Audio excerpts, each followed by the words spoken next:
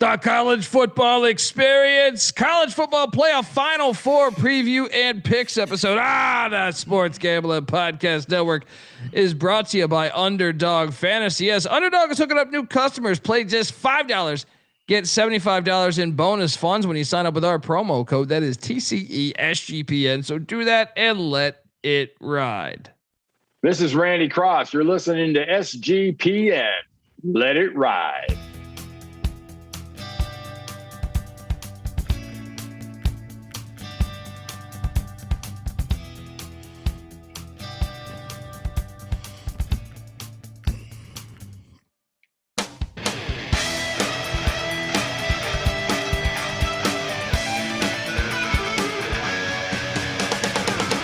Yes, yes, yes. Woo! Welcome to the college football experience. Preview and picks episode for the Final Four. Oh, hey. An amazing Final Four. Phoenix here. YouTube.com/the college experience. Hit that like and subscribe button. Because we're down to just three college football games left. What? Until August. That's where I tear up. Gets me every year. If you're wondering who the hell you're listening to, my name is Colby Swinging Database Dan, aka Pick Dundee. That's not a pick. This is a pick. He was raised in the land down under, where a man thinks on his feet, speaks with his fists, and lives by his wits. When Dundee happened, he was a superstar. And you're nothing but a chameleon, lemon-headed, coward, terrorist pussy. And I'm after you, buddy. You're going to pay for it. Good night. Sir, I'm not okay with 3 games left. That's why you hear these bozos like, they got to end it. They got to end the postseason earlier. No, longer. We want this shit till February. Okay. I am joined by my co-host. He is also the host of the College Basketball Experience. Hopefully you caught him live last night. We'll be live later tonight as well. Give it up for former staffer with Austin Peay and the Governors, South Carolina with the Gamecocks, and West Virginia with the Mountaineers, Ryan McIntyre, a.k.a. Moneyline Mac. What's up, man? What's up, brother? Hopefully you caught up a little bit on some sleep coming back from that hell of a game at the FCS. And oh man, shout out to Montana State Bobcats. That was as good a game. And let's talk Final Four. Cheers. Hey man, shout out to Tailgate Report too. I was kicking it with Tailgate Report. Everyone. I mean, that was the greatest, maybe the greatest game I've ever been to in my life. So shout out to Yankees. Colby's fucking back, baby. Yes, I am. And we're also joined by third man in the booth, the host of the Bottom Line Bobs podcast, which you should be subscribed to. Some know him as the man in the box. Some know him as Scumbagger Vance. Give it up for the great CJ Sullivan. How are you, pal? Great. I had to put up the Noah because I a tribute for Mac enduring a show with Noah last night there solo because his partner in crime Colby was at the greatest game of all time last night, live in attendance in the great city of Nashville, Tennessee. Did you hit Broadway afterwards? Dude, the night before I did. And I shit you not that there was 1,000 people standing in line to get into a bar. Mm-hmm. Illinois State fans. Yeah. I mean, this shit went for 3 blocks down fucking Broadway, dude. So I was supposed to meet someone there and I said, no, I will not go there. And then I went to apparently Post Malone's bar and got an absolutely shit house. So, I mean, they all got bars. Jason Aldean's got a bar. Yeah, I didn't know about this thing. Huh? Oh, no, I know Nashville very well. Yeah. The old place is the fucking best. It's pretty great. Yeah. Well, I can tell you it's much better if you go to a game like that because holy shit. I mean, both fan bases incredible. Tailgating scene incredible. Shout out to the fans. A couple different fans came out, said what's up. Look, I mean, it's like people are just discovering that FCS is the heartbeat of American football. This has been happening for a long time, but that game, holy shit. I mean, the fucking special teams. I mean, you felt so bad for Tommy Rittenhouse, who played his ass off. Just an unbelievable game. I mean, FCS football is the greatest fucking. What a shit. fourth quarter and overtime! Incredible. Those I feel bad for these Redbirds. Well, I mean, that was one of the greatest runs of all time. What they did, and to lose like that is like. That's got to be one of the worst ways to lose a championship. I was just saying. Ever, so that was the 6th time they got a kick blocked. Like, what's going on with their special teams unit? For God's sake! Yeah, they got to can that guy, right? They got to can that guy. They got to can extra points in overtime. Period. If you're making up college rules in overtime, just get rid of the extra point. Make it always for 2. You know, why is it like, okay, after 2 times you have to go for 2? Make it. You always have to go for 2. Then get these kickers out of here. You should. I like special teams. I like special teams, but you shouldn't have to lose on a blocked extra point. But I get your point. When they make you go for 2, that bothers me. Right. I hate that development. If they're going to, it's all overreaction to that LSU A&M game that went to like 7 overtimes. Yeah. We most of these times. I mean, go back and look at the overtime rules since the 90s. Like only 1 or 2 went like really that deep, and everyone overreact. Oh, player safety nonsense. Right. The 2-point conversion score off shit is garbage. All right. It's a garbage rule. So, but I mean, I would move it back to the 40 and make kicking even more important. No, I mean, I would change all the rules. I certainly wouldn't count the statistics or in the overs. If you're just going to drop the ball at 25 off of a fucking drone, I mean, that's not football at all. But if you're going to do that, then make them go for 2. Then there's no kicking. Well, I mean, I don't like them making you go for 2. I like extra points to me. Remember they were considering getting rid of extra points in the NFL not long ago. Yeah. You remember that? Just give the automatic 7. I like just making the extra. I just think like you should always have special teams involved. All right. Fair enough. Okay. Well, then you're right. Then don't force them to go for 2. Yeah. Right. I'm on board there. And certainly don't go to the 2-point conversion off like it's a layup drill. Yeah, that is garbage. That is absolute garbage. I agree. But man, that game. Would you have gone for the 4th and 1 there, Mac, or kick the field goal? I think I would have kicked the field goal. I know that's because they had struggled at running between the tackles on 3rd and inches. If they are going for that.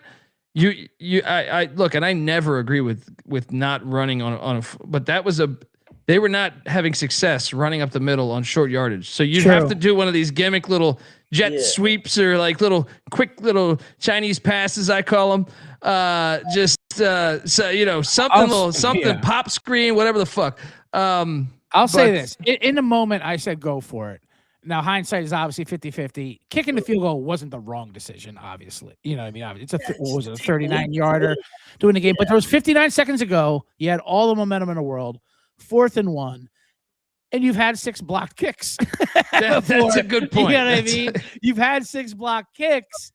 And you can run the clock. You can get it, run the clock down to the last play, whatever. But anyway, hindsight's 50-50. Kicking the field goal is not the wrong call. I would have went for it, but whatever it is. It was an amazing game. I just feel bad for Illinois State. Oh, I mean, I can't think of what's the worst way you've seen a championship loss? I mean, maybe Norwood, maybe Scott Norwood. Yeah, right. Yeah. But at least Norwood wasn't as bad because it was a longer field goal, and then it wasn't a missed extra point later or blocked extra point later. I feel like this is probably the worst. Maybe Chris Webber timeout. Maybe Chris Webber timeout. Yeah, for sure. Hey, you can go to Sunday Night NFL with Baltimore missing that kick and Harbaugh not giving the ball to Derrick Henry with 28 seconds in a timeout and letting his rookie kicker go out there for a 47-yarder. Derrick Henry is, I don't know if you've watched him, Harbaugh. Obviously you haven't. he's a goddamn Hulk out there just stepping on people. I was on Broadway to watch some Ravens fans watch that misery, and that was entertaining. That was entertaining. All right. Meanwhile, it saved their franchise because they fired Harbaugh because of it. I know Michigan was probably like, "Fuck, we didn't know John Harbaugh was going to be available." Seriously. Right? Yeah, he went with Whittingham. Too late. Yeah. He makes that kick, and Tomlin's fired. That's what's so funny. Look, I know like the transfer portal's going batshit crazy, so we will not be talking that this episode. We'll do another episode where like the transfer portal is just insane right now. Oh my God. 1/3 of all college football players are in the portal. I read that. Who left this from morning. Oregon? Davidson? Multiple no, I don't think they officially left. I think they're playing it out though, right? Oh, they're still playing it out. They're going to play it out. Yeah. They're already making plans for next year. Like, I think multiple players did too.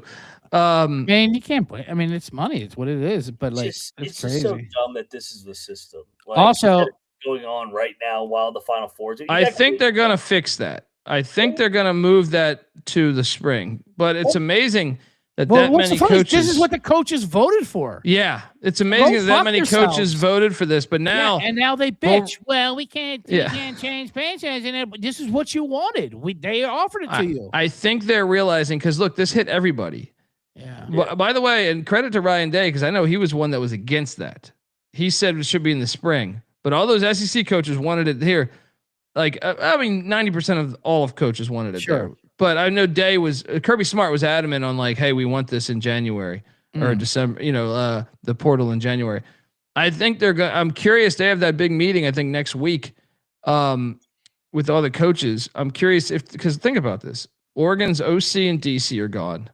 Ole Miss's entire fucking staff's a mess. Although for Pete Golding, he's going to vote against it because that's how I got my gig. Yeah. But I mean, look, Indiana and Miami are, I guess, the only two that hasn't really been affected. But Shannon Dawson, I know, interviewed for like Coastal Carolina, so it was close. So maybe Cristobal will be of that opinion. But anyway, yeah. So we're gonna jump into this thing in a second here, but first, I want to just start from the top and say, how refreshing is this Final Four? You got 3 teams that have never won a national championship. I know the Ole Miss thing; they claim one in like the fucking 50s or 60s. You can claim anything now. You can claim anything. That's what I'm saying. That wasn't the AP. They were not voted national champs. They were just claiming some bullshit. Miami hasn't won an ACC championship ever. I got to keep talking. I got a ceremonial ticket rip I'm going to do just for our show here. Perfect. YouTube.com/the college experience. Jump on over there. But Mac, I think this is the most excited I've been about any college football. Like considering that we had the 4-team playoff, this is to me the most exciting one we've ever had because. Because you're having, you're having teams that have never had. I mean, Indiana before this season was the college football team with the most losses. Yeah. So you got that going on. You got Oregon, who's been knocking on the door forever, never won a natty, right? Yeah. Ole Miss's story with Trinidad Chandler / Pete Golding is probably the best story of all of them. You got Cristobal, who's everyone, including myself, says he can't coach himself out of a fucking paper bag, right? He might win a natty. Right. I mean, this is exciting times, guys. This is very exciting times. It is. All right. Let me just tick because I see it in the chat and Beeves already Beeves already knows because he's a C-generate. He knows what's happening here. And I know I've probably missed your 8 reaction shows. You have a reaction to the reaction shows and all the late stuff. I'm sure you guys already broke down the Whitewater upset. We have not. I was in Nashville for that. I was watching. I was at Postie's. I was at Post Malone's place, and that son of a bitch didn't have the Stag Bowl on. We had to put that thing on a fucking on a cell phone at our table. Shout out to Whitewater. That was awesome. You get these artists. You get these fucking musicians. They think they're, they think these artists in Nashville. You think they think their shit don't stink. Not putting the Stag Bowl on. Yeah, right. Come on. Unbelievable. And, talking about. So I had a Texas Tech future. I'm going to put it right here into the camera here. Oh, buddy. 25 to 1. 25K. Lock it up. That Orange Bowl, it wasn't just they didn't show the fuck up. The entire Orange Bowl didn't show up. You put this on it, and that was an embarrassment. That was awful. I wasn't that. So they gotta learn not to put these fucking games. Good luck with Cincinnati's quarterback next year, you oil fucking sons of bitches. But, I mean, that was absolutely fucking. It was awful. It was a horrible. That was just a terrible game. Well, they did a great job. It was a horrible environment. I'm like, is this the Orange Bowl? What the hell's going on? It's at noon. No one even gave a shit. If there was an environment, Oregon would have won that 52 to fucking nothing. The fact that it was that close was even a joke. I mean, my God, was Texas How about your Tech- boy Baron Morton? Oh my God, Baron Morton. I mean, I think I think he's the one who booked my ticket because he didn't want to pay it out. I mean, he was missing screen passes by like 6 yards. I argued this shit. I said that backup is a better quarterback, man. Now, I bet Texas Tech too. I didn't have $1,000 on the line, but I'm saying my only concern was that everyone's been praising that lawn chair for a long time, and that dude I'm surprised he didn't get injured because they were getting beat down so bad. I just would assume he would have faked another injury. How did I make a switch at halftime? You have to make a switch. Well, because your second string's out for the year, so you would have went to the third string. Fuck, put an extra tackle in. I mean, snap it directly to the running back. Something. That defense though was still amazing. That's what I mean. The fact that the game was that close. That's how good that defense. Oh, that D line was just. And they just landed the top D lineman in the portal too, right? Like earlier tonight. So ferocious. They're not going anywhere though, dude. So buy the ticket again next year. Me and NC Nick were talking about this. They're essentially what Indiana was last year. This year. You know what I mean? I'll side note that $1,000 started from $20. I never initially put 1,000 in. I roll it up, then I shove it. Roll it up, buddy. And so it was 20. You went for the jugular. I respect it. I respect it. You were close. Buddy. Good number. Rich Rod. There you go. Remember my San Jose State bet? You're a lot closer to my San Jose State bet. I just wanted to see a game. It wasn't even a game. I'm watching like, they're just not here. Yeah. This is not happening. Both those ones back to back were just complete ass whoopings. Indiana and Alabama. At least that was Texas enjoyable watching Alabama get destroyed. I mean, you know what I mean? And watching Alabama quit and kicking a field goal. What a little bitch move. What a bitch move. We got to get points. We can't get shut out here. Alabama, sir. Hey. Yeah, you are Alabama. It was like wasn't even that far. Was that 4th and 3 or something? What was that? I was like, wow. They should have kicked it after that bullshit fake punt that they tried to run, where they tried to go and then come out of it and do a cha-cha-chop. That's like, get the fuck out of here. By the way, Alabama fans, 4 former Nick Saban assistant coaches coaching in the Final Four. Yes, sir. I mean, that is hilarious. First off, but stick to the ego. I like it. Yeah. I mean, the Pete Golding thing is pretty fantastic. The Pete Golding story is probably love Pete Golding. That is, and did you see they lost some more coaches this week? Yeah, I don't care. We got Chuck Weiss's kid. We got Golding taking the team to chapel. They're wiping away those Lane Kiffin sins away. Now they're all. What was Joe Judge's comment today? Oh my God! They asked Joe Judge. Who's Joe Judge, former New York Giants head coach? He's on the Ole Miss staff with Pete Golding and company. He is on the Ole Miss staff. They said, how chaotic was this week? He says, I used to live next to Aaron Hernandez, and this is more chaos. God bless Joe Judge. Great answer. Great answer. Yeah. Good answer. Yeah, man. It's tough. Bama, that was a royal ass whooping. And then so the best games were, the best game was the Ole Miss game. And I see, shout out to Pete in the chat. Colby, do I give Charlie Weiss Jr. credit? 100%. But look. Yeah, sure. Absolutely. But the real credit, sure, I'm going to give some to him. But Trinidad Chambliss was playing like, it was like, when you get the star in Mario Kart, you know what I mean? Like you just, you were just, there's a better comparison, I'm sure. I'm saying I think he's the most underrated quarterback in the country. I didn't think it was going to be enough. I was still on Georgia, but the fact that it came down to Mario Chambliss being Superman, like I wasn't shocked. I'm like, this is who this guy is. The fact that he was not the starter for the first couple of weeks means like, fuck, what are we even talking about with Lane Kiffin? He's his quarterback guru. You're not starting Mario Chambliss. This dude is the fucking man. If he plays at that level, that was incredible, and that only makes that story so much better. You have the Pete Golding with half the coaching staff, right. But then you add in that Trinidad Chambliss just went into like fuck you mode. Yeah. Dude, that was great. He should have been in New York. I always say that was my thing. He should have been in New York for the Heisman. He's awesome. He should have garnered votes. Yeah. And he's trying to come back. He signed a deal. We'll see. He's trying to get that extra year of eligibility. And he's got a good family, good upbringing. He's from LSU. No, he signed a deal to stay with Ole Miss if he gets the extra year. That's what college football is. He re-upped at Ole Miss. Now, well, you know why he signed it, right? Opted out though of that deal. What's that? Like, are there restrictions that he can't opt out? Well, I mean, he announced it. Pete Golding announced it, but I'm saying like he's apparently they signed that deal so he could potentially sue the NCAA because essentially the ruling hasn't happened yet. If the NCAA does rule this, because he didn't play at Ferris State for a couple years, right? And he was injured one of those years, so he's trying to claim the medical red shirt on that. So if the NCAA rules against him, which over the past couple of years they've ruled against a lot of people like this, So, well, the difference is that you can sue saying you're stopping me from making the money that I'm due. Yeah, right. You know what I mean? So. Yeah, well, I think even worse because I think Pavia hadn't signed the deal yet, so this one would look even worse. Yeah, so I mean, that should be something. I think I'll be back at Ole Miss probably if I had to bet like long term. Now, I expect the NCAA to not grant him it, but then I expect him to sue and win. Yeah. Pavia? No.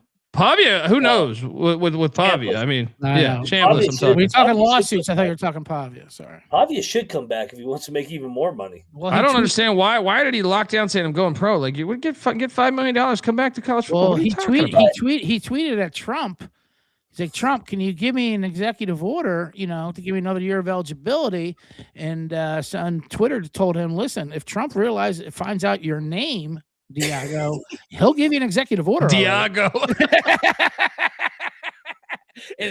Are you quoting Donald Trump? Are you quoting Donald Trump when he reads that? He goes, "Who's this Diago Pavia kid?"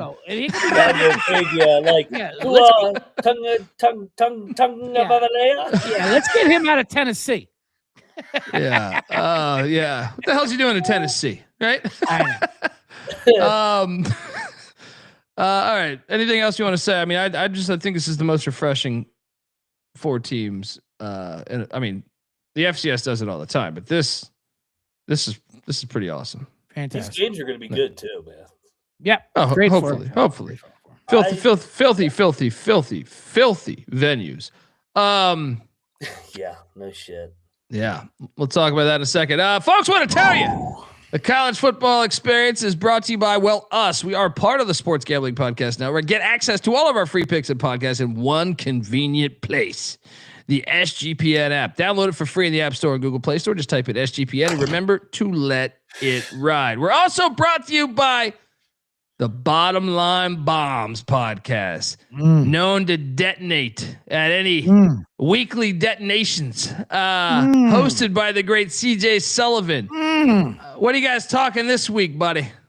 Oh, we're talking some playoffs. I'm prepared to fly to Philadelphia for the big Birds-Niners game this weekend, so I'll have boots on the ground.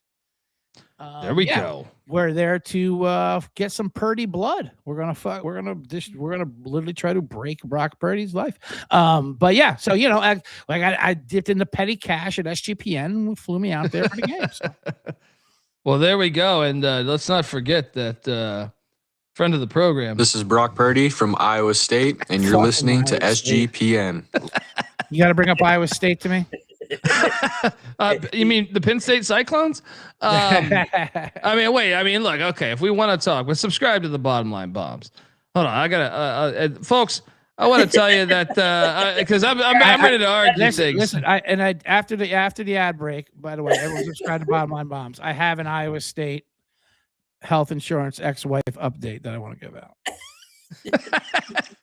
All right, there we go. Next up, I want to tell you we're brought to you by Kalshi. Kalshi is a real money prediction market, legal in all 50 states. Yes, all 50 states you can trade tons of market.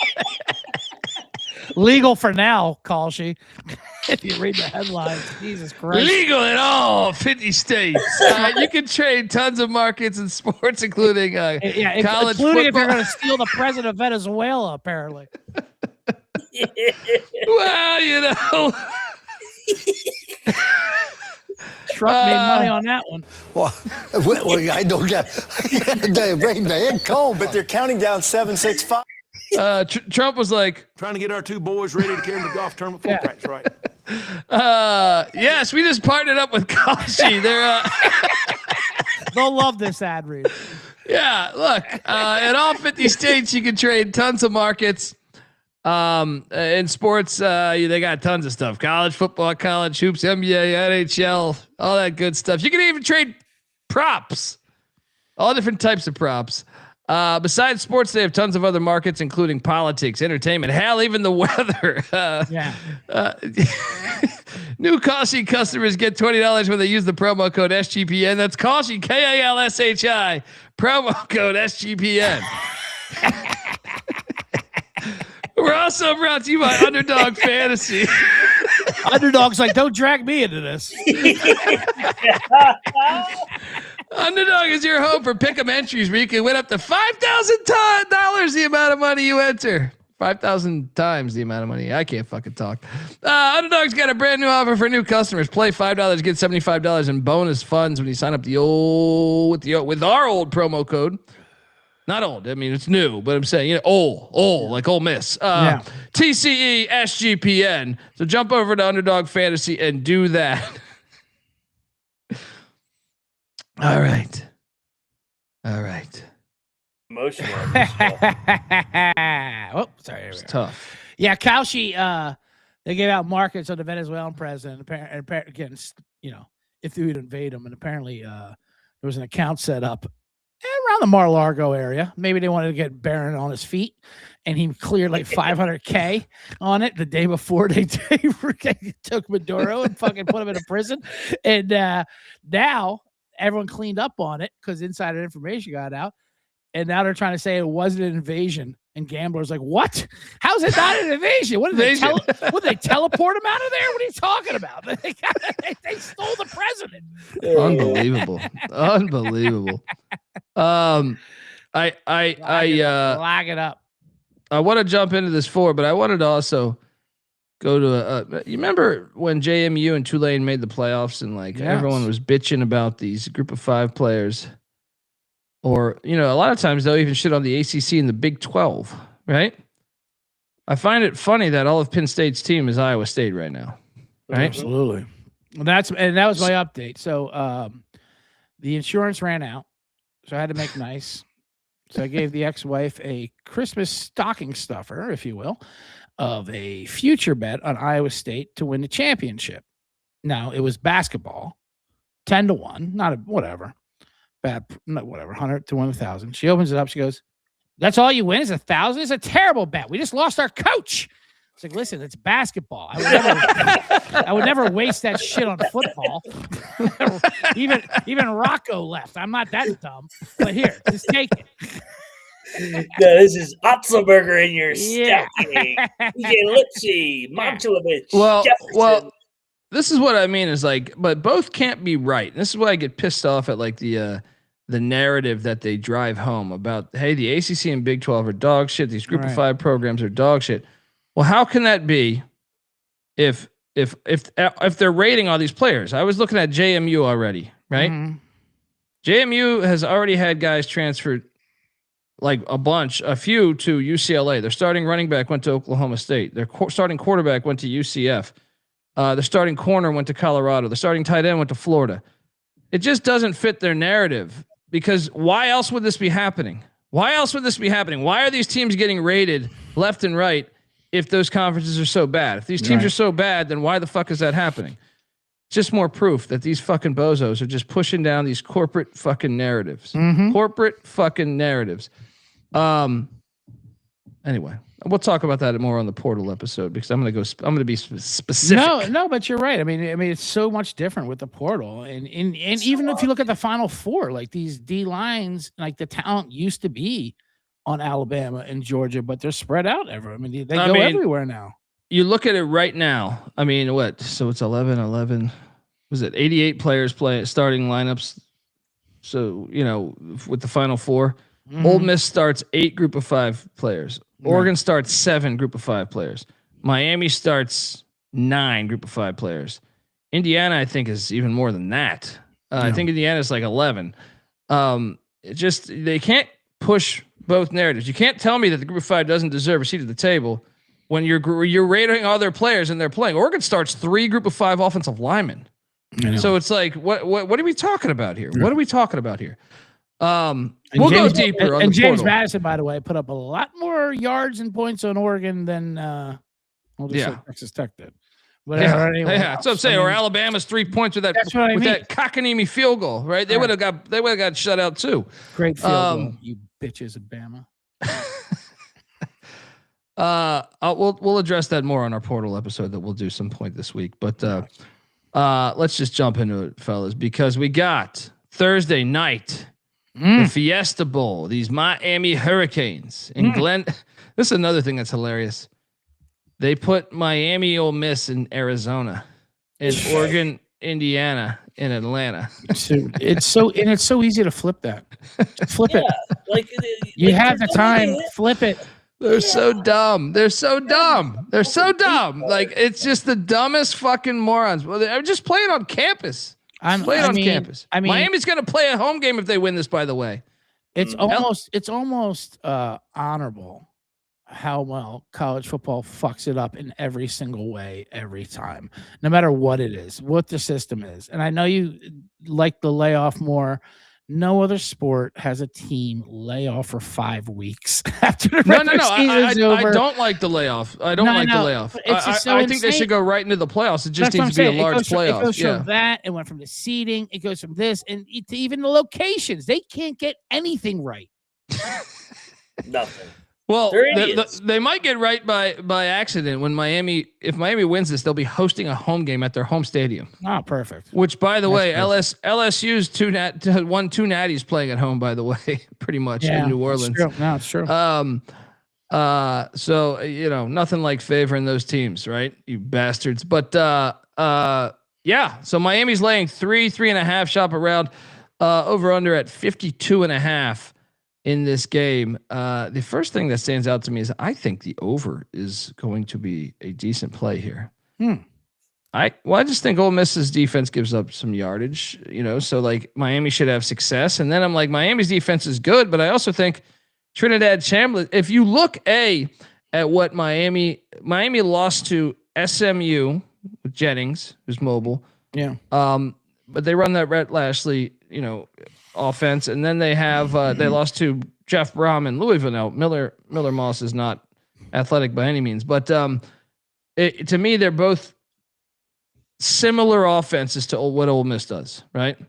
So I think they can have success against the Canes, and I think Trinidad Chambliss's mobility can help negate some of that pass rush. Now you could say, well, Marcel Reed struggled. He got sacked 7 times, and I'll say, yeah, Marcel Reed is also a wild card when he throws the ball. Like all year, he has been incredibly inconsistent.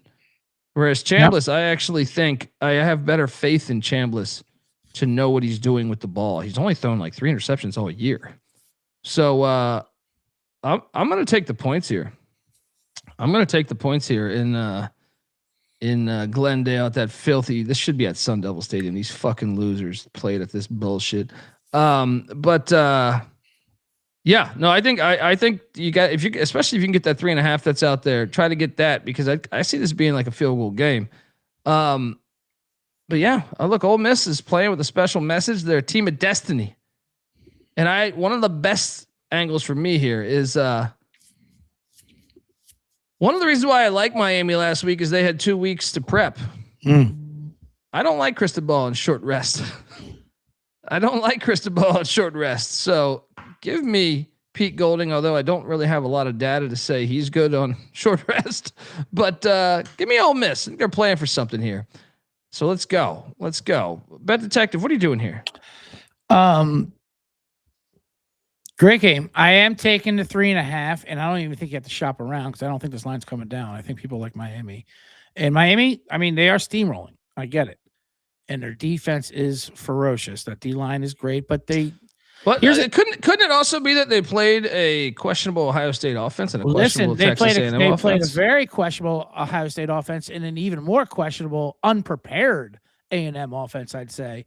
This is definitely the most dynamic offense they're going to face. Mm-hmm. Now, that being said, Miami will run the ball, and they will run the ball very well. that's why I kind of push back on your overplay. I kind of like the under here. I think, and they have a D line. Miami's got a great D line, but they're not deep. They have 4 guys they use, and Ole Miss will try to battle that with tempo. Miami knows that. What's the closest thing to Miami's defense? Longer drives, you know. To me, the closest thing to Miami's defense is I think it's actually Oklahoma. Could be. Right? Yeah. Mhm. They scored 34 at Oklahoma. So like I think Ole Miss is gonna get theirs. Yeah. No, I agree. And listen, Yeah. and I'm a Chambers believer. That's why I'm taking Ole Miss. I'm on the money line. I have them plus 3.5. This should be a great game. But even if you want to say Georgia's D line, I don't think is as good as Oklahoma's or Miami's. But they scored 35 in the first game against Georgia, and then 39 in the second game. So like they're gonna, I think they're getting in the 30s, at least the high 20s. If maybe they, I mean maybe the coaching plays an angle. I don't know, but here's a. I don't know if you handicap this in there. This is the Fiesta Bowl out there in Glendale. And I read this somewhere. That field always seems to be slick in the wintertime. That field is a pile of shit, dude. I've been to this game. I have been to this fucking Fiesta Bowl before. There's always this bad filthy toaster there. oven. Yeah, there's always bad footing there. The Eagles lost a Super Bowl because of that fucking ice rink they put out. No, there. honestly, it's like seriously. people don't realize this. This is known for being a terrible field, which is hilarious because they're like, hey, let's take it away from Sun Devil Stadium, even though that's on natural fucking grass, right? To go over here where this pile of shit play. Have you seen a lot of players have complained about they got injured in this place? Yeah, 100%. They're gonna be switching shoes. It's gonna be an. So wait, who does that help more? I think it helps the under more than it helps either team. Yeah, I mean, honestly, they're both gonna have to adapt to it. At the same time, Miami's upset of Ohio State. Yes, it was point spread wise more of a shocking result, but the Ole Miss upset of Georgia was more shocking to me than when they beat Georgia. Yeah. You know, I mean, just as far as eyeballs. Even though they almost knocked them off the first time, which is crazy. Yeah. But, for sure. I was just shocked how bad Georgia's defense was, the way they were playing down the stretch. And a lot of it was Trinidad. Trinidad's amazing. I mean, I'm a Trinidad believer, and that's why. And I think now Carson Beck has not been actually overall great in the playoffs. He's still solid. This is going to be a back and forth. This is going to be a battle. Mo's in the chat says Tom Fornelli has the take that the bad field plus 2 teams that miss tackles equal over. I will say that I do believe Miami. Right. I think Miami is one of the worst tackling teams in the country, if memory serves me correct. Yeah, I mean, and that actually is a decent take. And D-back slip and makes those. If you just make a quick cut, that's what happened in that Super Bowl. You have Kadarius Toney scoring touchdowns for crying out loud. But the point is, I think. And as far as the coaching matchup, Miami as a dog, that's where Cristobal can do well. Now Miami's a favorite by 3.5. That's where Cristobal becomes Cristobal. And I was with you. How do you do the coaching mismatch with Gold? Well, last week, Kirby Smart versus Goldich. I mean, complete mismatch. 14 bowl games versus your first bowl game. And Kirby's the one who looked like it was his first bowl game, the way he fucking melted down. Go ahead. Well, no, and like to me, like I think Miami got lucky by not having to play in the ACC championship because I don't like them against prolific SMU and so what Pitt does not like. What teams did they play that actually they got CJ Carr in his first ever game? They didn't play any fucking great offenses, and the ones they did, they lost to. Yep. You know what I mean? Like so, it's like SMU's offense is pretty good. Louisville's offense is pretty good, especially because they have guys that can beat you on the ground and they can beat you on there. Pretty complete. Ole Miss has a similar offense to that. Like to me, like their skill position players, I think can be a problem for Miami. Now, obviously, Miami's D line's been in fuck you mode lately, but yeah. Anyway, I didn't mean to cut you off. Continue. No, not at all. And you're right about the ACC, SEC, and ACC's been overrated, but ACC when they're favored over an SEC spot. That's not good. That's they're 37% against the spread in any of those situations. So this is too high of a number. And I mean, I don't know. I think Ole Miss really, I think there's something to this. Them rallying around this whole Lane Kitchen situation with Goldich in there. Now they're going to Chapel. They're fighting on it. They're feeding on it. They're telling them to go fuck off.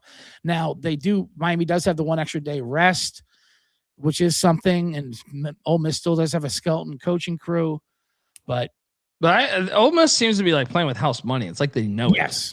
it. You know what I mean? It's like they're just like, okay, we're not supposed to be here. We weren't even supposed to be in the Georgia game. Our coach quit on us. Yeah. Right. And Ole Miss's defense, probably of the 4 defenses that are left, they're probably the worst. But if you throw out those Georgia games, they've only let up like 17 points a game versus anyone not talked that wasn't Georgia. Yeah. Trinidad is the best player right now of these over Mendoza. And Mendoza, yes, he's the Heisman winner. I get it. But no one's playing better than Trinidad Chamberlain. That's the way it is. So also bonus play over 24.5 rushing yard prop. Love it. Ooh, yeah. I like Trinidad. actually a lot of these quarterback ones. I even like Beck. I love Trinidad over rushing prop. That's my big bank. I like the under, but I'm taking Ole Miss plus 3.5 and money line. Let's go. Well, Ole Miss has just got to limit the run. I would sell out. I would because Miami. If you look at what Miami has done in both of their wins, like their offense has actually been shit. You know what I mean? Like Mark, with the exception, if you can stop Fletcher, Beck threw for 103 yards against A&M. I know. Now maybe you'd say that's maybe the windy conditions. Last week against Ohio State, he threw for $138. So it's like, if you could just stop the run and make Beck beat you with his arm, I don't know that. And that's honestly, that's how, I mean, Louisville won wire to wire against them at Miami, but Beck threw so many fucking picks that game. They even had picks that were like, they didn't even show up on the stat sheet because they called like PI or some shit, roughing the passer or something. Real quick, let me pull up a comment here to reply to this. Who told me to get off my knees about Trinidad? I'll tell you, who needs to get off his knees this week is Michael Irvin when he gets his Arizona Coke and he's down there on the fucking sideline. Watch out for that fentanyl. Yes, watch out for that fentanyl. There's some fentanyl out there in Arizona, so that's who needs to get off their knees. So Mac, what are you doing here, man? So I've gone back and forth on this one because I think Miami does have a lot of mismatches here in favor of them. I think they're way better in the trenches. I think their defense is fucking awesome.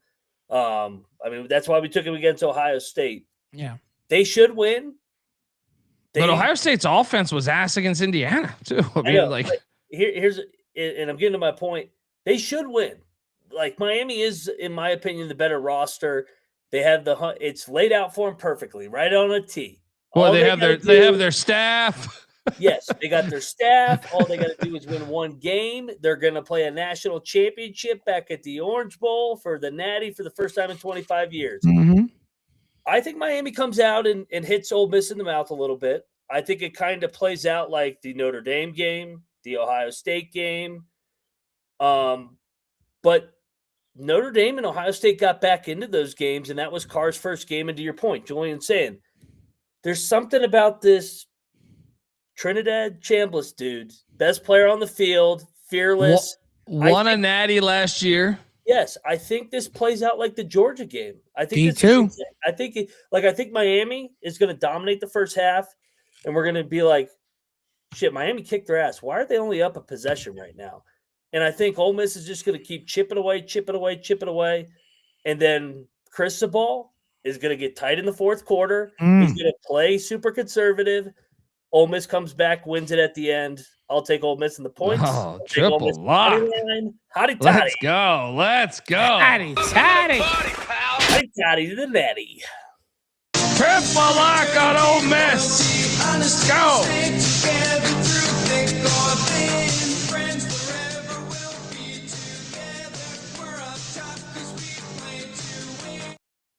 Sammy316 in the chat. Serious question. I would really appreciate your opinions. Did that amazing FCS championship do anything to grow the FCS fan base? I think it's a tough question for me to for me, I would think, but I think part of the reason why college football gets destroyed by NFL ratings, I think it's hard for casuals to grasp something that has 136 teams, right?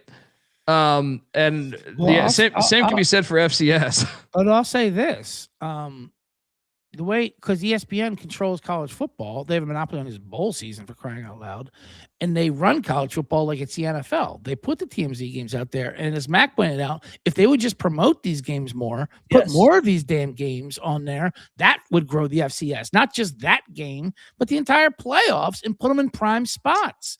Maybe put them on alternate nights. I don't know what it is, but they have the power to promote that. You need to do more of it. It would if they showed more of it, but it's up to the networks. It's not up to the FCS. It's obviously not up to the FCS. Well, no, some of it is college sports.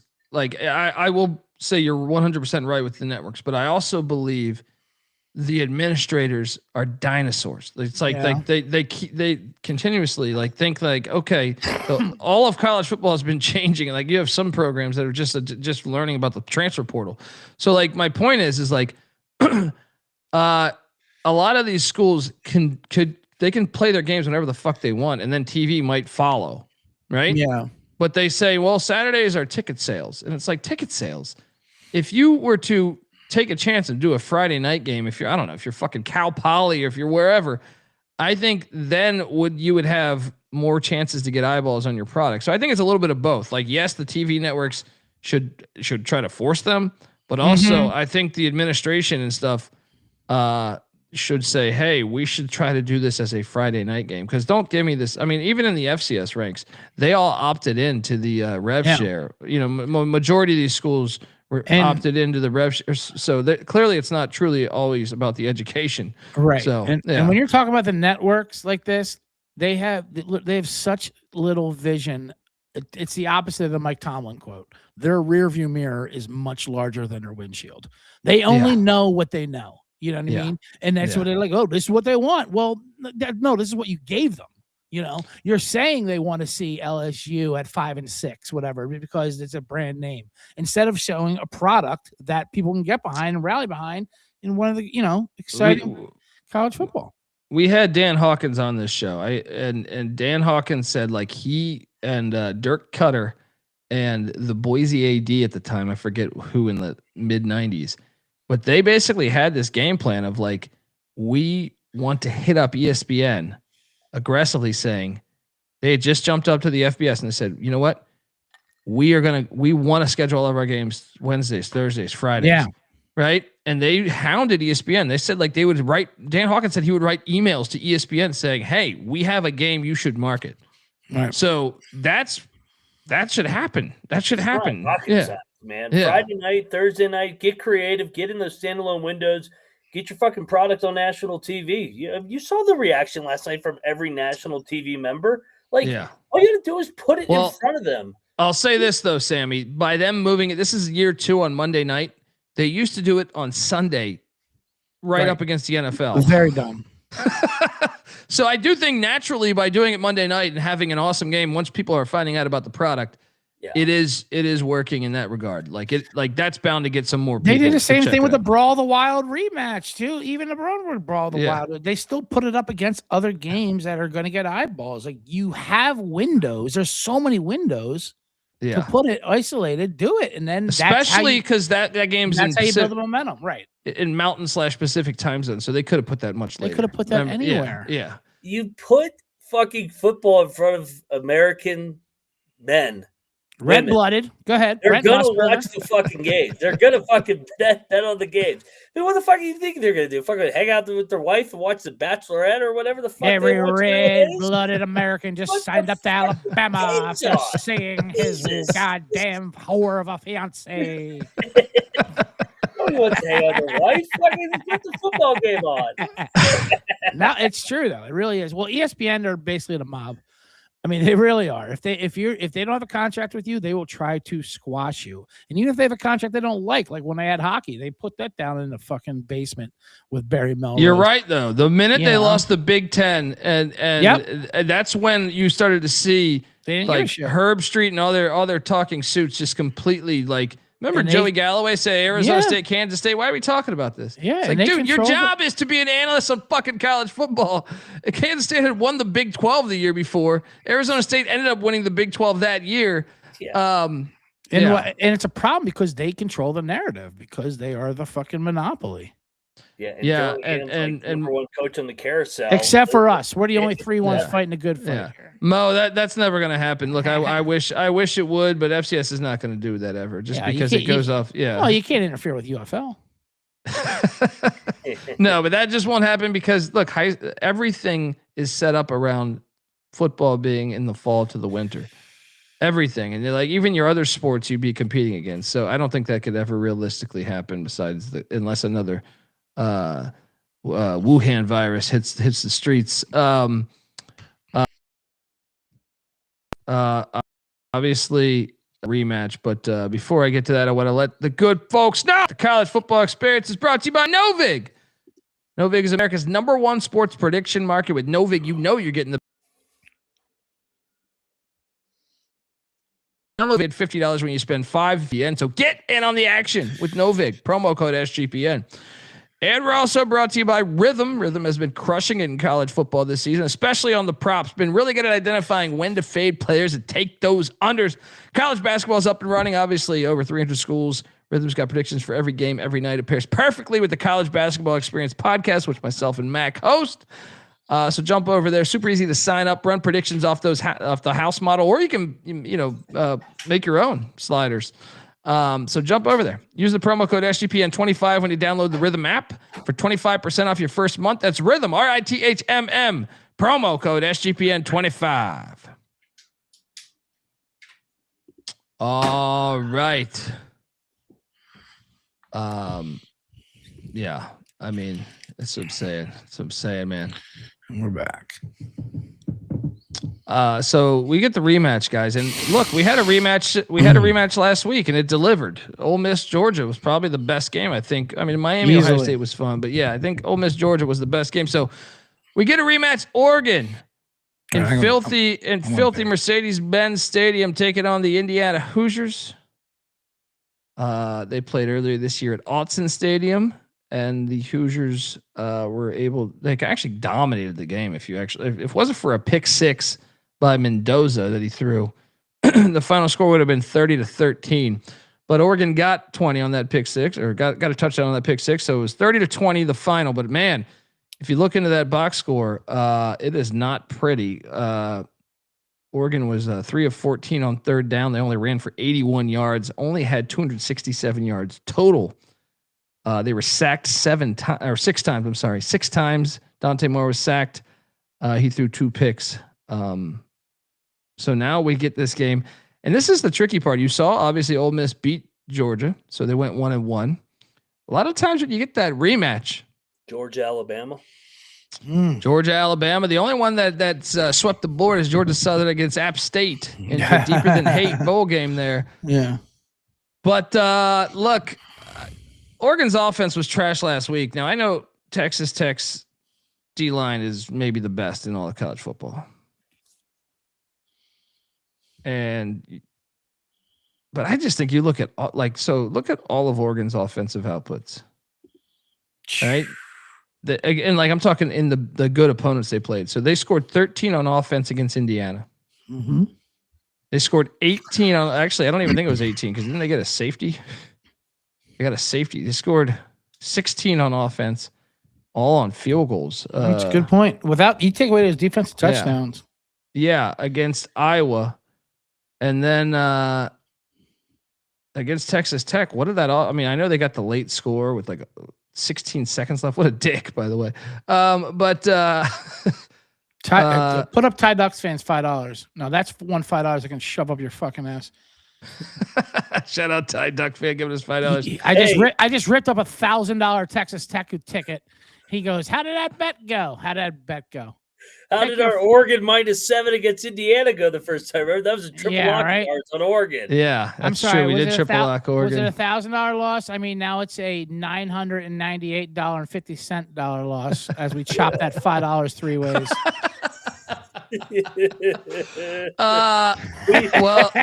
Just kidding. All of the time. I mean, look, Oregon's defense played phenomenal last week, but at the same time, like Texas Tech's offense was trash. Yeah, Oregon's defense is very good. It's not that good. I think Utah would have beaten Texas Tech if Baron Morton had to play the whole game, because when they weren't doing anything when Morton was in, he was throwing picks. But anyway, I mean, shout out to, but I'm all over Indiana, guys. I mean, look, I just think I actually think they're going to win it all. I just think they're the most complete team. Is it a rematch? A little scary, sure. All right, but at the same time, I just don't know. I will say that I guess there's no Daly, the DN, Stephen Daly, the one of their better defensive linemen, but he didn't play against Alabama. But Alabama's O-line, is a little worse than Oregon's. But I just think Oregon is been a little phony on offense all year. Now their defense is legit, but their offense I think has issues. I think Indiana will make them pay for that. And and by the way, I'm sorry, I don't think I let in with the actual spread right now. It is Indiana laying 3.5, the over under at 47.5. Oregon's plus 150 on the money line if you like the Ducks. But yeah, I think Indiana's going to fuck them up. I actually think the score was worse last time, and that was at Autzen. This is not at Autzen. This is in. And how about this? How about the fact that Oregon is going back to the East Coast? So they were in Miami. They go to Eugene, now back to the East Coast. I think it's all an advantage for Indiana. I will lay the 3.5 with the Hoosiers. I bet you Mendoza doesn't throw a pick in this, or a pick 6 at least in this, but I don't think he'll throw a pick either. Bet Detective, what are you doing here? Yeah, I mean that's the thing there. Mendoza was not good in this game, in the original game. It was his second worst game of the season next to the Old Dominion, which was understandable. It was his first start. Pick 6 that tied the game up. Indiana dominated the game with that defense. Now, they confused in Autzen, which is like one of the hardest places to play. And they were 7-point dogs, 8-point dogs. So the line, so I could see the argument for taking the points with Oregon actually, because that's a huge line swing. Swing in a revenge game. Now it's going to be what did Oregon learn from that as far as the confusing defense of Indiana? But I just trust Cignetti. This team, what are they, 26 years old by average? These guys are grown adults. I mean, this is insane. They're undefeated. And you're right. I'm not saying Oregon's phony by any means. I do have questions about Dante Moore and this offense. I think their defense is very good. I don't think they're that good. I think they ran into a couple offenses that were just not prepared. And you just can't rattle this Indiana team. They're never behind the sticks. They do exactly what they want to do. Oregon had one rush over 7 yards in that game. Yes. And now when you're talking about, and when Oregon went against good defenses, like you already stated, we take out those defensive touchdowns, they've scored 16, 14, 17, even a Penn State game. Like I don't know, this Indiana team, they're smashing. I mean, I took them already plus whatever it is, 170 to win a championship. I just don't think anyone. It's not an Autzen. Think about that. Every play call you hear is, this is a huge advantage by not being at Autzen. If you did that at Autzen, I couldn't imagine what's going to happen here in Atlanta. Right. This is one of these things. Don't overthink it. I'm hammering Indiana, and if it loses, it loses. I'll be able to go to bed at night. But if I take Oregon and Indiana's up 21-3, I'm like, what was I thinking? This is it. This is Indiana's winning a championship. Deal with it. This is going to be an amazing story. First ever. This is incredible. But I just think Indiana's they just don't have any weaknesses. And like I said, this was the game when they won at Oregon where I'm like, oh, wow, this Indiana team is absolutely legitimate. And they didn't even play that great, but they overwhelm you. And they overwhelm you, and they didn't even have a sweat versus Alabama. And they didn't even have a sweat. So 3.5, that's a pretty damn cheap number. Laid with Indiana. Lock it up. Yeah, look, Oregon travels well, but it's not going to be Autzen. Yeah, they travel. Indiana travels well. You know how many fucking rich fucking Indiana alums? I think it'll be 50-50. Yeah. Oregon travels very well. They have a very obnoxious fan base that have $120 receiver gloves. They put the O in front of your windshield and shit. They're fucking Nike squad. Go to hell. I'm saying, let's go. Cignetti. Google that motherfucker. They're going to pound them. They're winning the Natty, dude. I just winning can't the see national anyone. championship. They're on another level. Title. They're on another level than anybody else right now. Yes. I'm laying it too. Like I think, man, you win at Autzen, and to me, look, just just because it was what did someone say up there? The game was tied with 6 minutes left. You were still losing the whole game. Like how many minutes of actual game time were you up? Right. In a You game, know, in a game you were favored to win by double digits. By the way. Yeah. Also, what is the total on this game? The total is, what is the total? Let's say, what did I say? 47.5. Yeah, I think that's a smidge high too, as far as both defenses. I mean, these are two great defenses. They are. Yeah. So I do think there's going to be control and reserve. It's going to get tighter. I like both unders in these Final Fours, but certainly give me Indiana to win. I mean, this is the only play to make. Yeah. No, it is incredibly hard to beat a team twice. That's a fact. We just saw Ole Miss do this, but I just think Indiana's on a different level. I also think Oregon's offense has been trash in these big games, and that's gonna bite them at some point. Dante Moore is already talking about not being drafted by the Jets. Dante, what? Dante Moore. I watch you, UCLA, sir. Oregon's defense is super legit, but like I just at Oregon's some point it's gonna Oregon's cost defense them. is good. Yeah. I'm not trying to throw any shade at Oregon's defense. I just don't think they're at this elite level, that they're being put at because of the offenses they face, like you said. I mean, like I said, like go look at the Texas Tech game. Right. They were 4 of 19 on third down.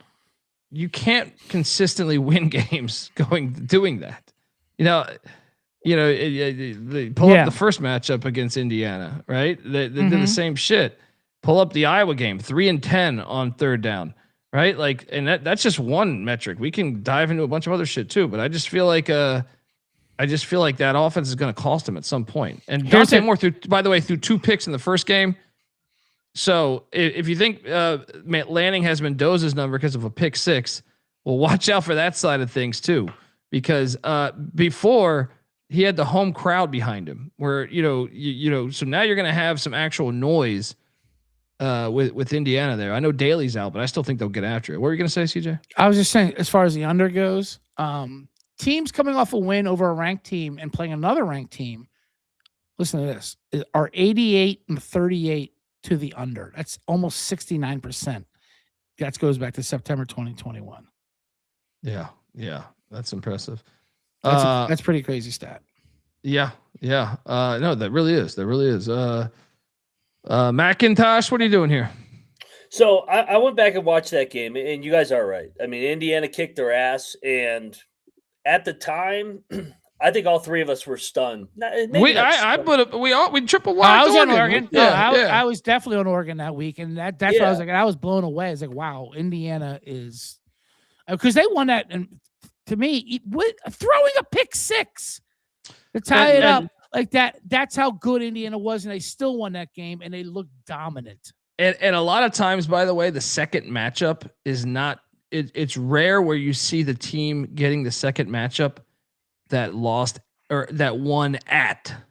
You know what I mean? Like right. It's usually a home game, whatever it is. Yeah, I mean exactly. Like Ole Miss lost at Georgia, and then you got them in New Orleans, which obviously that was an Ole Miss crowd, right? It was not the same thing as playing between the hedges. This is similar to me, but obviously that's why I'm going to take Indiana's, because they should be better because they're not playing in a hostile environment. Yep. Tulane also got whooped by Ole Miss twice, but that was both in Vaught-Hemingway. So, and I will say, and I was on Ole Miss in that game, but Tulane in that second rematch, they still moved the ball. They didn't score, but they moved the ball pretty well against them. Yeah, but they did. But Ole Miss, I mean, obviously handled Ole Miss. I would even throw an Oregon team total under. I think it's like 20.5 right now. I don't know. I just think this Indiana defense is going to be suffocating. I don't know what they're going to figure out. Yeah. I mean, or maybe Oregon can strip sack and get after Mendoza or something, and I just can't see Oregon's offense doing anything against Indiana. Mac, what else did you want to say, man? Well, so I think Oregon. This is going to sound crazy because of what Indiana has done. I think Oregon kind of thought that they were just going to go through the motions and kick Indiana's ass, because if you remember, they were coming off the Penn State win, and I know Penn State ended up sucking, but when they beat Penn State in Happy Valley, we thought, oh shit, they won at Happy Valley. They're the real fucking deal. But That's still, Indiana was a playoff team last year. Yeah, but dude, at the time we were like, dude, they're gonna kill Indiana. They're coming out to sure. No, I agree. I agree. Yeah. So in Indiana, like you said, controlled the line of scrimmage. It was the first time Dante Moore and company played from behind, and he made mistakes. I mean, he had 2 bad interceptions, set up a short field for Indiana. I think Oregon's going to start fast here. I like Oregon in the revenge angle here, start fast and actually had the lead and put some game pressure on Indiana. I think that this is going to be a 13-10 or low-scoring type game, just like the Big Ten championship. I think Oregon's going to shock the world and beat Indiana outright. Revenge for Lanning and company. There you go, Ty Duck fan. I took you the first time. Running back with the Ducks. Okay, listen. Quack, quack. Listen, I don't hate the Oregon pick. Let's slow down to shock the world. They're 3. It's a 3.5. I mean, it's 3.5. Well, there's not a lot of people. I mean, who's picking Oregon right now? Who's picking Oregon? I agree with that. All the tickets are on Indiana. I agree with that. Yeah, but I mean, Oregon was a 7-point favorite a couple of weeks back, 8 weeks ago or whatever. Yeah, let's slow down with the shock the world here. This is Philip Knight University. The way they're talking about Indiana and Cignetti, they're never going to lose a goddamn game again. And Oregon, I can't wait to send this clip to Cignetti. He'll find you. He'll find you, Mac. Yeah, come get me, Cignetti. I'm going to guarantee you. I'm going to guarantee you this. I think Mendoza's actually going to play much better than he played the first game. That's what I'm saying. That's going to be another degree of an element that Oregon is going to have to deal with. That's what I'm saying. Mendoza had his 2nd worst game of the year against Oregon, and they still won confidently. Well, my point is, I think both quarterbacks were bad in that game. True. And Oregon actually ran the ball well with their 2 backs. They just couldn't protect. Like, the rushing stats look bad because Dante Moore got sacked 7 times. Jesus Christ, I can't believe Kansas just got some fog voodoo. Are you watching this, Colby? Did they pull that off? Oh, shit. Unbelievable. But yeah, anyway, back to my point. I just think this game's going to come right down the wire, just like the Ohio State-Indiana game. I think all 3 of those teams at the top are pretty evenly matched all year. I know Indiana has really made some fuck you games. I mean, you look at it. Oregon and Indiana at Iowa, they kind of were the same games. They both stole the game from Iowa late. At Penn State, they both had to steal the game from them late as well. I think that these 2 teams are pretty even. I think it should be more of a pick 'em, to be honest. I think Oregon's pretty damn good. I mean, they, of course, are good. No, but didn't you take Alabama to beat Indiana last week? No, I never said money line. I never said money line. You love Bama. You love the Borges is a dog. The Borges is a dog because he'll line up for that field goal and try to backdoor it. No. You know why? You know why he's pissed off, Bet Detective? Because Cignetti went to Dub V. Yeah. And then right after his playing career, he coached at Pitt. Yeah. Yes. This is his humble pie here. Quack, quack. Let's go, Duck. It's personal. It's personal. I will say he made more of an argument for the under because and we all did. Yes. I mean, there's a long stream here with Oregon's offense against good defenses because they played Iowa, Penn State, Texas Tech, Indiana, and they averaged 1.8 points a drive in that game. And if you take away the defensive touchdowns, 17 points a game. That's why I like the Oregon team total under. That's why I like the under. And that's why I like Indiana to grind it out. Yeah, I like it too. So we got a battle. Just in life. To crush your enemies, see them driven before you. We got a battle. Dundee. That detective on the Hoosiers. McIntyre saying quack, quack, quack. Ty giving you $2. Saying he's sending you a Mateo jersey. Let's go. Right. Is that jersey from Temu for $2? Is that one of those Phil Knight jerseys where they got all those? How many 8-year-olds? How many 8-year-olds does it take to make that jersey? Yeah, for $2, that's not an official jersey. That's from Temu. That's from the China sweatshops. Is there a discount when it gets to over 24 hours of working for those kids? When they get that second shift, they're on that 30th hour. Is there a little discount? Yeah, that's our show, guys. Which one? Let me ask you this: which one do you guys feel better about of the 2? Because I actually feel better about Indiana than I do Ole Miss. I feel pretty confident Indiana's going to do this. So that's my lock. This one, I could see me eating shit here, but I'm still riding with Ole Miss and that magic. But Bet Detective, which one do you feel better about? No, 100% Indiana. Yeah. I mean, Miami's on a roll. I don't all the stuff I said about Ole Miss. Miami is that D line is, I mean, ferocious. So I like Ole Miss, but yeah, Indiana is definitely one I feel more confident about. Yeah. Mac, which one do you feel better about? If we're doing the lock dog format, I'll lock Oregon plus 3.5. Like I said, I think this is a fucking grinder of a game with the under. Comes right down the field. I think Oregon's going to end up winning, but with the dog, I'll play with house money with Trinidad Chambliss. See, give me Mario Cristobal to just find a way to shit the bed here and blow this game. Yeah, I mean, Ole Miss money. Yeah. And quick shout out to Houston basketball for winning and not covering. Go fuck yourselves. I'm on Texas Tech. There we fucking go. Oh, did you watch this Auburn A&M finish? Oh my God. I missed it. I got it on over there though. So I gotta Kansas check it out. Kansas in OT. Yeah, I mean, and I bet Kansas. I bet Kansas. So this could be magical.